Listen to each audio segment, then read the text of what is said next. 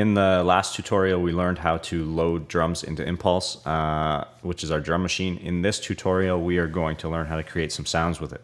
So when you open a brand new live set, you're going to see audio track, a MIDI track. You're not going to see Impulse. I preloaded that one. So I'm going to get rid of the audio track because we're not playing with loops, at least audio loops. We're going to create our own with our drum machine. So I'm going to find Impulse. I can make my own kit, or I can just grab a preset. Okay, throw that in, there's all my sounds. You can record a couple different ways, but we're just gonna talk about the simplest way for now, okay? If I double click in a clip slot, not over the circle here, then it's gonna create a 1 bar loop, and at the moment it's completely empty, okay? So if I hit play, I'm gonna see my playhead go round and round and round, okay? So the first way that we can create some sounds is by looking up to the top, and we have a little pencil.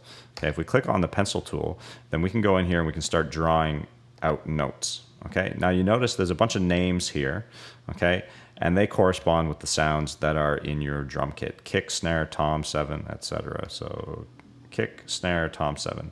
If I click on the blue headphone, or make it blue, then I can hear all the sounds. So if I fill in different notes,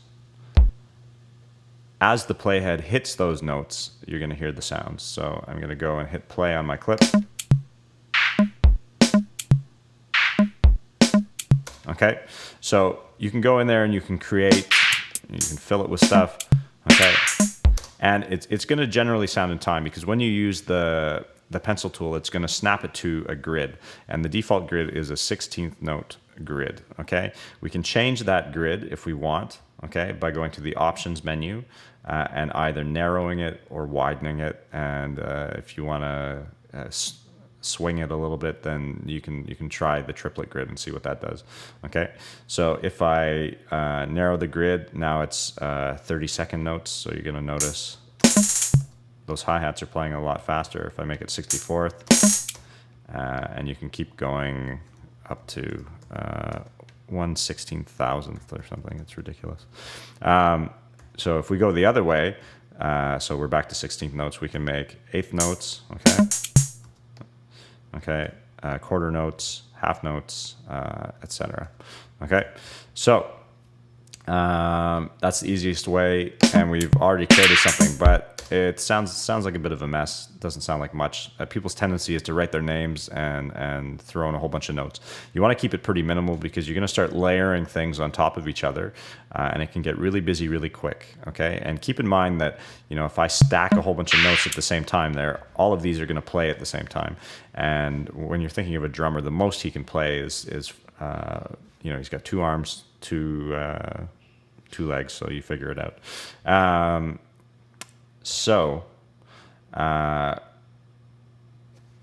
We can try and record a different way. So I'm going to delete this. Now, the more natural way to record something is by playing it in. We can play it in with our hands, okay? And you can do that by clicking A and going all the way up to K. Okay, that's going to play your whole drum kit. Now, it's only going to work if you have the track armed. Okay, if I arm this track, it's going to play that kit. If I arm this kit, it's going to play those sounds. Okay, so maybe I'll arm this one. Now, so we need it armed. Okay, and as soon as I start playing, okay, if I hit those keys, okay, it's going to record those in. Okay, and as I keep playing, I can let it go around and round and decide to play some more stuff. Now, that sounds like a mess, and it sounds out of time.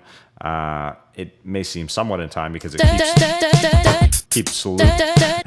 keeps looping, okay? But I assure you, it's not going to sound great once you start adding other things. So what we can do to make that sound a little more in time is by snapping these to the grid. You remember when we used the pencil tool, it seemed a little more in time. So we can do that by clicking in here, okay? Clicking Control A, Command A on a Mac, but you have PCs, so Control A. Okay, it's going to select all those. We go to our Edit menu, okay, and find Quantize, which is also Control U is our shortcut, so you can just do that. You want to pick what you want to quantize it to. So we saw the different 16th notes, 8th notes, quarter notes. The T means triplets. So you can try those and see what they do. I'm going to do it to 16th. And you always want to snap it to the start because we have varying length notes. So if you have it snapped to the end of the grid, it's still going to sound out of time. You can try it just to see what I mean. But we do that, all the notes move. It's going to sound... Still sounds like crap, but it sounds a little more in time.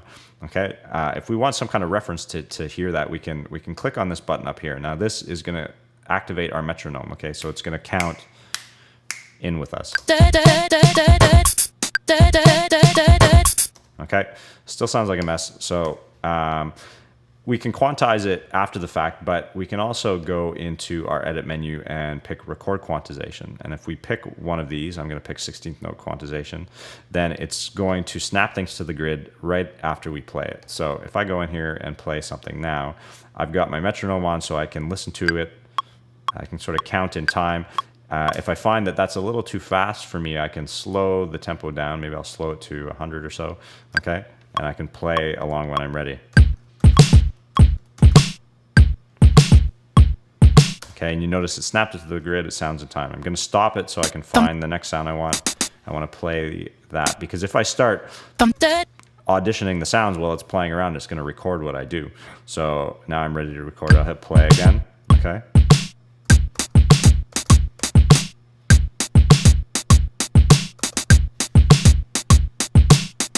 And you can keep going over and over and overdubbing. Now, if it's not working for you, make sure the OVR button up here is highlighted, and that should help you out.